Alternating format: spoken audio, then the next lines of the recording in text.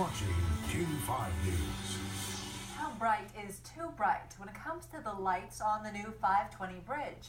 Well, that depends on who you ask. You know what? Neighbors on the north side of the bridge say the lighting is way too intense for both their lakeside homes and also the environment. The King 5's Heather Graff reports on the growing concern and what WSDOT's now doing about it.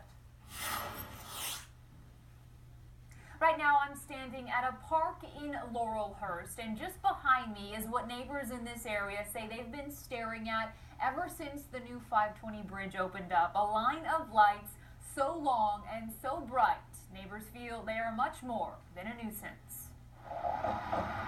Nightfall near the 520 bridge, and for homeowners in Laurelhurst, an unwelcome sight. We thought it was a cruise ship out there. It was so well lit.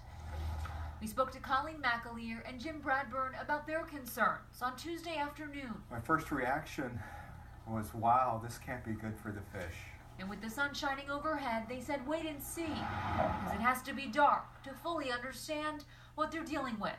It looks like a row of parked cars with their lights on bright, stretched all the way across the lake.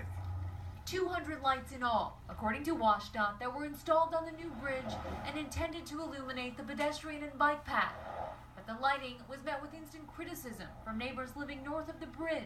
This is a picture of the lights in August. People like Colleen, who feel the lights are unnecessarily bright. And so fairly shortly thereafter, there were tests that were conducted. As a result of those tests, the engineering manager for the SR520 project told us WSDOT has already changed out the light bulbs on the bridge, going from 100 watts down to 50. We understand their concerns, we appreciate their input, and we're trying to balance the aesthetics of the appearance of lights north of the bridge with the needs of the other users. And while neighbors agree safety of pedestrians and bicyclists is important, they also worry about how the lighting might hurt salmon in Lake Washington. Increased artificial lighting has a tendency to concentrate and attract the fish around the light. An environmental issue they can't ignore. Be the torchbearers. So they're shining a light on it instead. We should do that. We shouldn't wait.